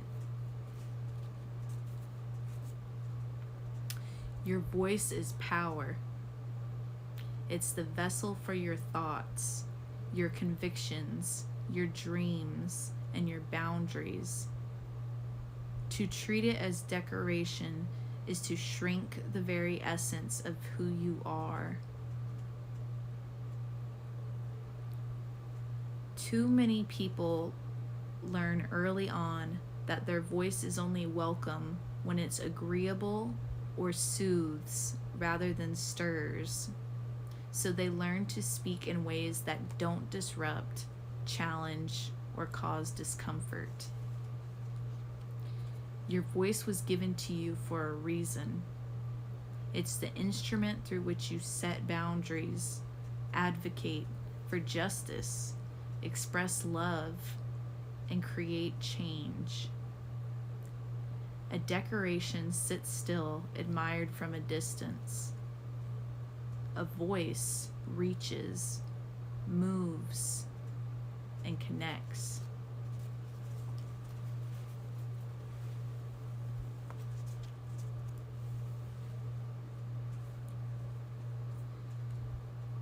Your freedom. This is the biggest one. You're no longer living inside someone else's delusion. You're no longer carrying someone else's emotional weight. You're no longer trapped in the identity they assigned you.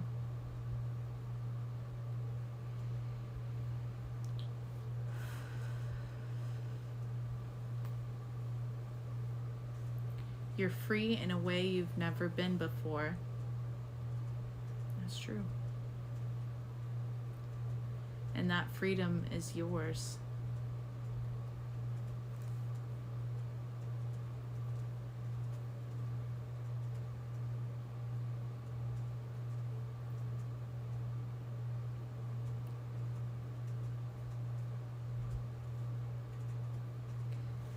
So,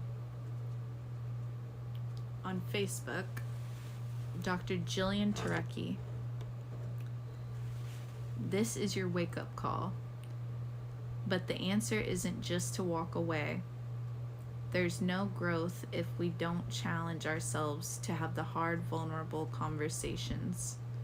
Communicate, then stop negotiating with someone's capacity or lack of interest. And Awaken Through Love, I've told y'all before, she's on Facebook, and everything she shares is literally so dead on with anything that I've felt, experienced, seen, heard, everything. When she puts it, I'm like, holy shit, it's like this girl came straight out of my mind. So true. Instead of analyzing the emotionally unavailable person, I've learned to bring the focus back to myself. What do I need right now? Clarity doesn't come from trying to understand someone else's distance. It comes from listening to your own body and emotions. Their unavailability is information, not a reflection of your own worth. Often it's a sign that your capacity for love has outgrown what they can meet.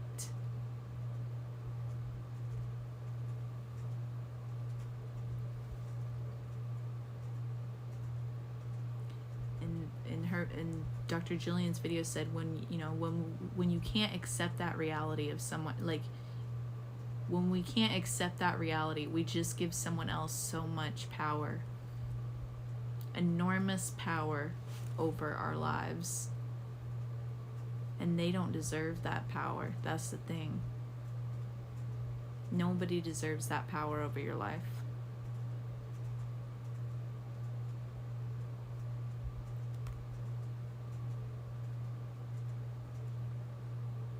And whether, that's family, whether that's friendships, whether that's a relationship, anyone that's not, that manipulates, that takes, that doesn't appreciate and respect and hear and understand you for you, that just wants to dismiss, or they're not capable. And you need to just stop trying to negotiate with them or give them more or appease them. Just leave them where they're at and choose yourself. Because your life deserves more. Even if you think, oh, well, then I won't have anybody to talk to. It is better to be alone. It is better to be alone and to get through that, because you will come out on the other side. If you stick to yourself, you respect yourself and love yourself, you will heal. You will heal, and you will get through it, and you will find better.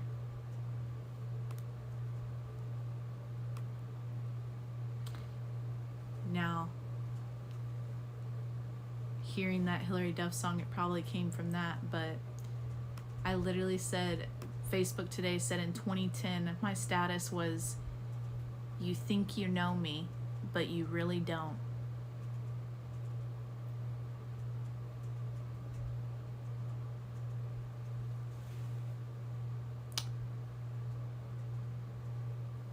And none of those people ever did.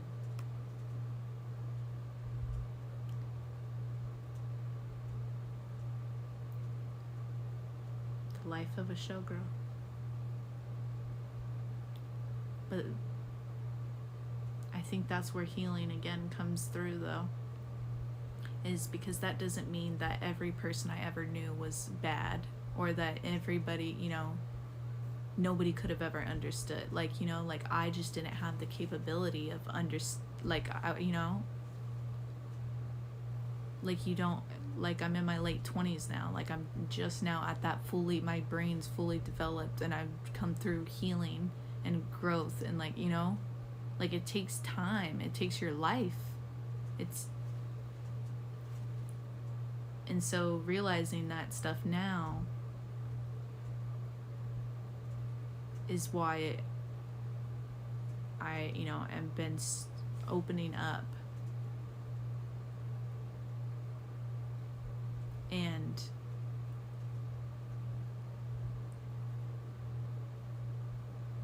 you know, I'm open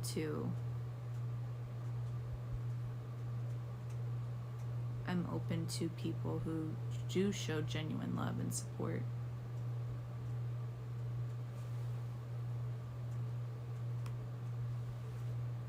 It's hot. In a Big Sean line, you know, sorry, I got trust issues. Sorry for the people I pushed out.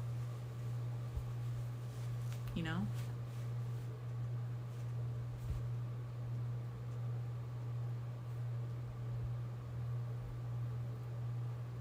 You know, because a lot of the time it's like you were always interested in like what was intense and what was cool and what was like giving, you know, like you couldn't recognize what was healthy, what was good for you, what would nourish you.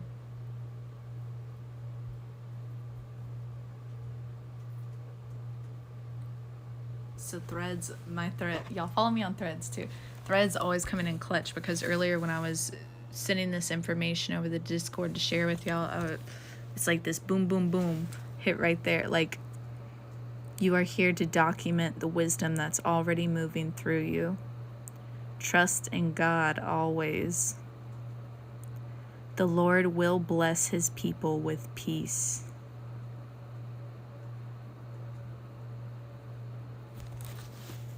And that's what matters, right? Even if it's like, oh, like, you know, it doesn't matter what anybody else has to say. Like, if your choices give you peace of mind and peace of spirit and peace of heart, then that was the right choice for you.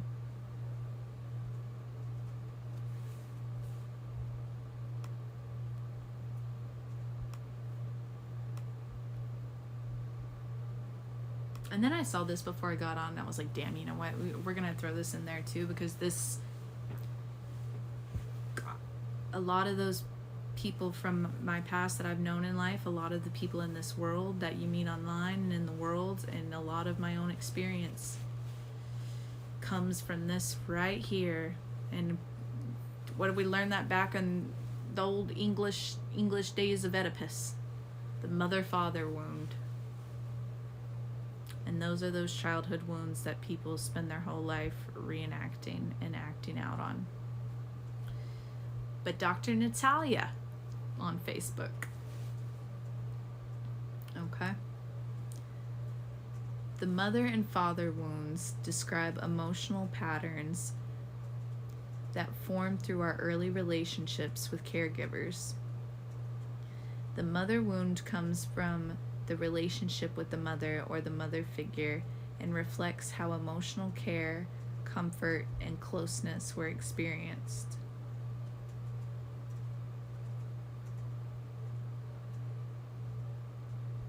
That's interesting.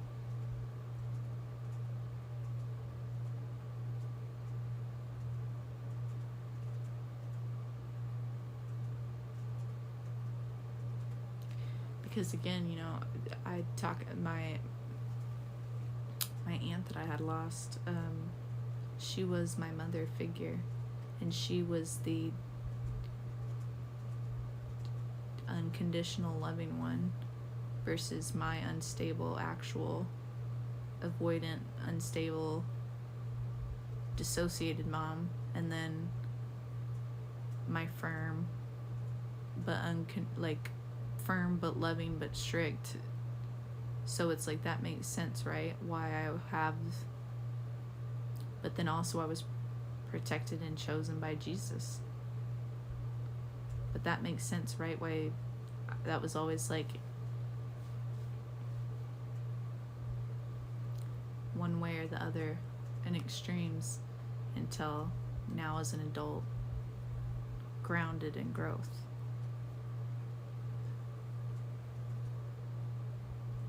That was probably oversharing. I could have kept that one to myself.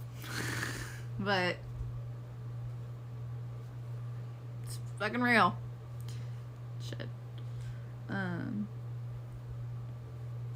The father wound. See, that one never even bothered me though, but that's what's crazy is, and it's also really annoying, is dumbass, high school ass, and like dudes, even dudes to this day, they'll be like, daddy issues.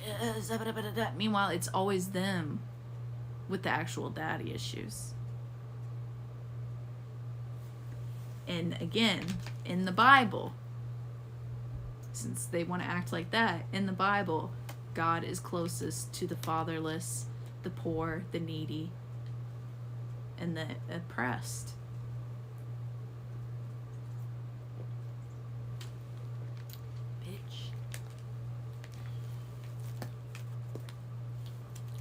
Thank you for coming to my TED Talk. Thank you for coming to my TON Talk. The father wound comes from the relationship with the father or the father figure and reflects how protection, guidance, and reliability were experienced.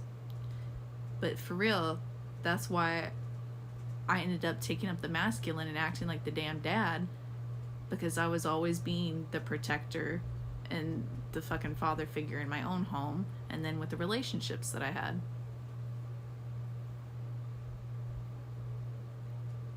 But that was the past, and we are in the present going into the future.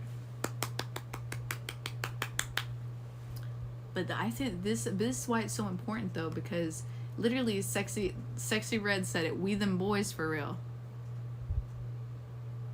And that's why you have a lot of men, guys, acting like girls, gossiping around, being avoidant, not taking up their responsibility. If y'all want to get into roles and all that, here you go. These patterns develop in childhood and often influence how we relate to others and ourselves later on. Most people carry aspects of both through though one pattern usually becomes dominant under stress.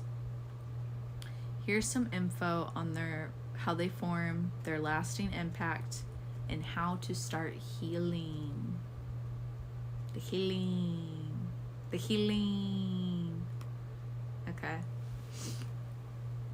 So, primary impact: the mother wound, emotional safety and closeness. The father wound, protection, guidance, and support. So, develops when mother wound, emotional care was inconsistent or conditional. Father wound, presence, protection, or leadership was unreliable or absent. Core fear, mother wound.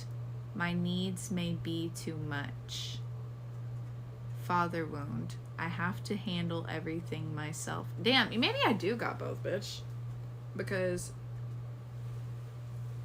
damn. But it makes sense, though. It makes sense.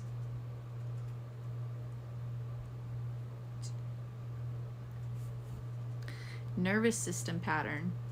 Mother wound. Hyper attunement to others. Father wound. Hyper independence. Traits developed. Mother wound. People pleasing. Emotional overgiving. Father wound. Emotional guardedness. Difficulty asking for help. Relationship tendency. Mother wound. Moves toward connection for safety. Moves toward connection for safety. Father wound. Moves away from vulnerability for safety. Oh, so avoidant or attached. Okay. Common trigger. Emotional distance or withdrawal. Loss of control or needing support. Inner dialogue. Did I do something wrong? I'll figure it out. Strength developed. High empathy and emotional awareness. Resilience and self-reliance. Well, hidden cost. Chronic self-doubt and emotional exhaustion. Isolation and difficulty receiving care.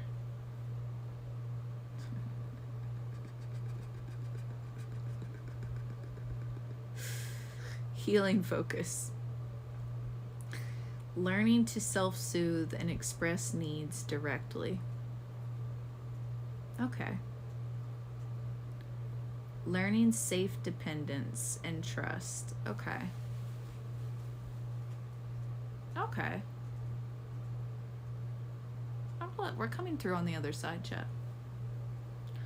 Growth question. Can I stay grounded without overgiving?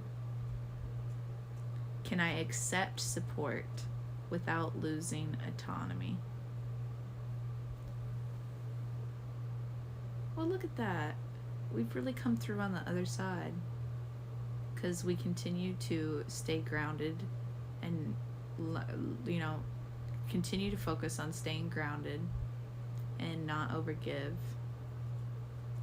and stay open to accepting support while continuing to build.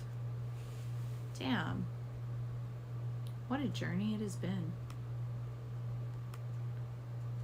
What a journey it has been. So yeah.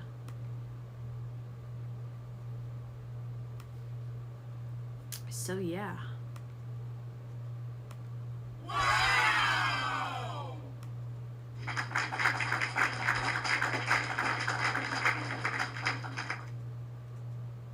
You know what? Let's clap it up again.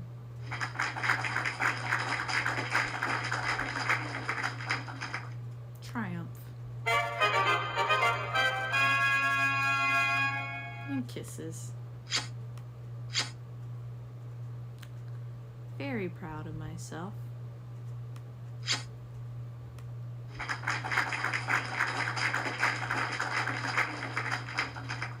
And I'm very proud of you, chat. For anybody, you know, we all have these wounds or vulnerabilities or insecurities or experiences in some way or another. And we all can learn from these things as human beings.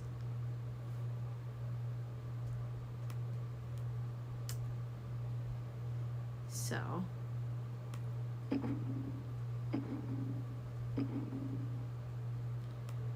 y'all, I appreciate y'all being here. I appreciate y'all being in the chat. Thank y'all for the likes. Thank y'all for the likes. Thank y'all for the support. I didn't realize it was playing music in the back the whole time. I don't want to end it there. Let's... Okay. You know we're gonna end it. Okay, maybe 2 songs. Maybe 2, maybe 2.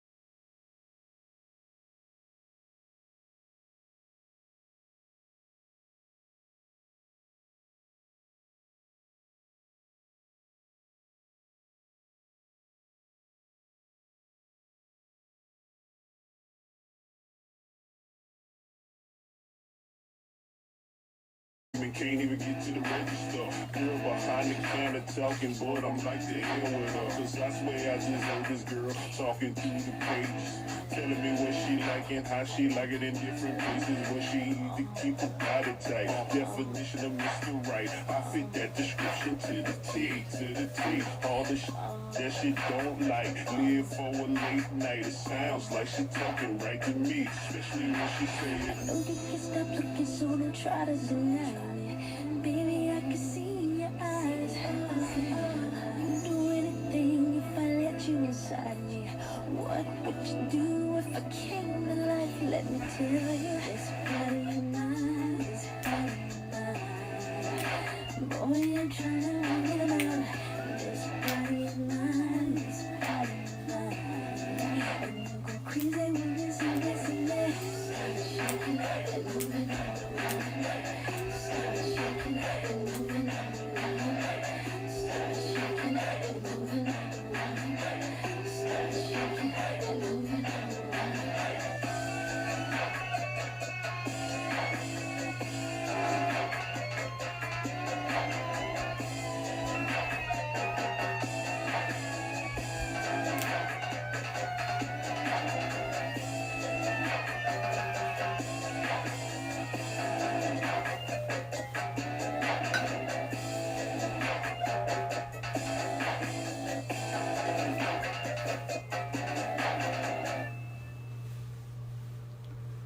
Period. Period.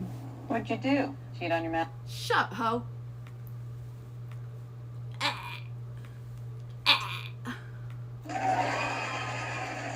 Period, P.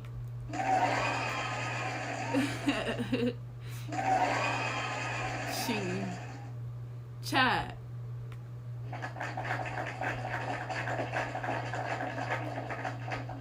W's. W's.